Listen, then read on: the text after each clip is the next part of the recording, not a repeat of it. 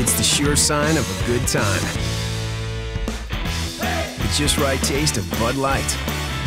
Here we go. This is the Coach's Scouting Report, featuring Coach Rick Venturi on 101sports.com. Welcome back in again to the Scouting Report, along with 27-year NFL veteran Rick Venturi. I'm Zach McCright, and Coach, Rams Cowboys this week.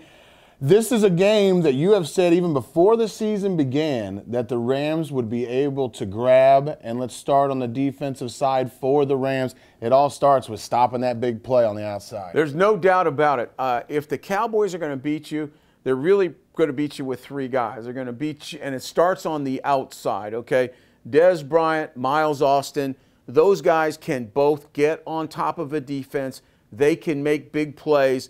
You don't want to give them anything easy, okay? Basically, you've got to play off coverage. You've got to keep the ball in front of you if you're the secondary. We talked about that last week. You can't give up two big plays like they did against Green Bay. If you don't get that, the Cowboys are struggling to run the football. You know, they've lost Felix Jones. They have Choice. They have Murray in there who are good guys, but they're really struggling to run it. So if you take away the big play and you make them go to the length of the field, one, they've had trouble running, and two, they have a tendency to self-destruct. So the game starts there. It starts top down, keeping the ball in front. No Felix Jones for the Cowboys on Sunday. That may make a difference in the running game for the Cowboys. Situationally, Coach, whether it be on third down, first down, what have you, what are some of the coverage plans you expect from the Rams on defense? Like I said, Zach, the big picture is to keep the ball in front. Now you've got to actually stop them, completely stop them in two areas, okay? First of all, third down, all right? Number one guy on third down, Jason Witten. This guy's one of the top guy, has been for years on third down, and basically Tony Romo is going to get that ball to him, sometimes even to a fault. So basically you have to have your coverages turned on Witten, and if you don't, then you just don't get it because he is going to be the guy on third down. The other situation that you brought up, red zone, okay? If you're in, you've got to stop him in the red zone. Number one threat now is Bryant, particularly from the high red or just outside what I call the alumni zone. He's a big-time fade guy. He's athletic. He has body control. He has length. So you're going to have to put at least a man and a half on Bryant, maybe two. You can't let him get an easy pass. Once you stop Bryant in the red zone, then you squeeze it down to Witten. So how do you attack? If you're the Rams defense, how do you attack the line of scrimmage?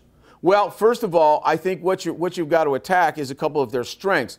Actually, Doug Free at left tackle and Tyron Smith, their number one draft choice at right offensive tackle, are very athletic. Neither one of them is a road grader. Neither one of them is really a guy that pushes you. And on pass protection, they set deep and athletic, but I think it's sometimes soft.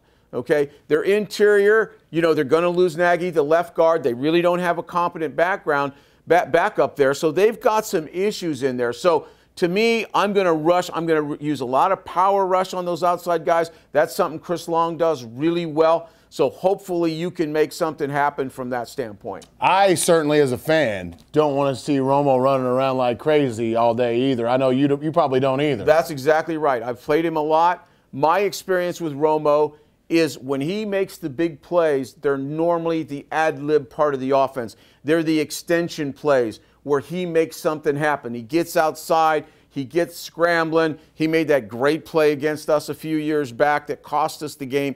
He's a guy that plays that way. The other thing about Romo, he's a competitive guy who will make big plays and will make bad plays. But the one thing you've got to have your defensive thinking is they've got to play him for 60 minutes, okay?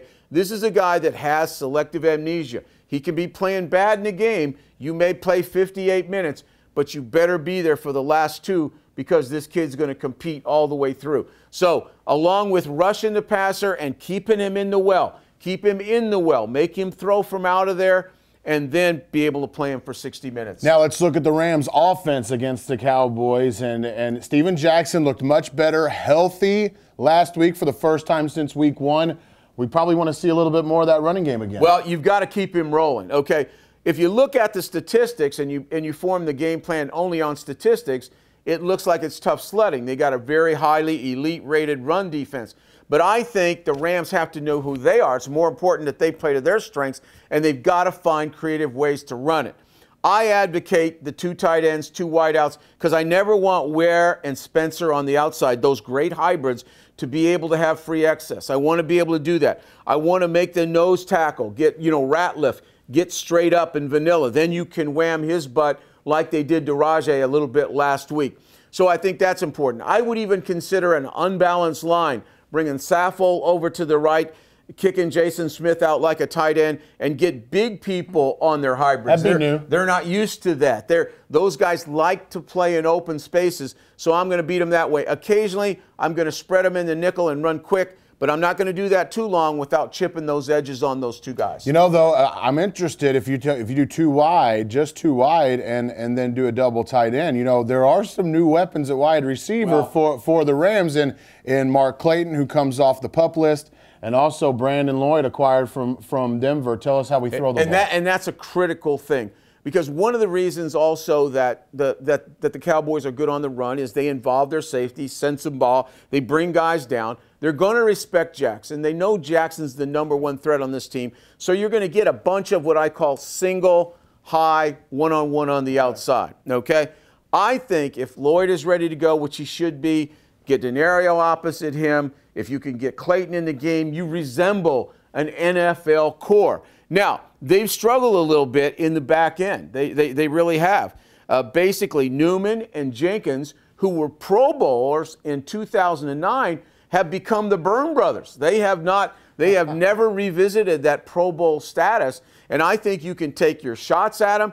Yes, it's particularly if you have those 3 guys, those combination of those 3 guys. Take your shots at them with maximum protection on first down. If you're not going to maximum protect, then 3 steps and get it out. Nothing in between. Well, that was my question, because if you're going to take your shots on the outside, the quarterback, whoever it is, Sam Bradford or A.J. Feely, depending on the Bradford ankle injury, they got to have time, Coach, and that's something that the Rams quarterbacks usually don't have a whole lot of. So how do you pass protect? Well, they have to have time, and they have to have it for 2 reasons, okay? First of all, let's just look at the 4-man rush.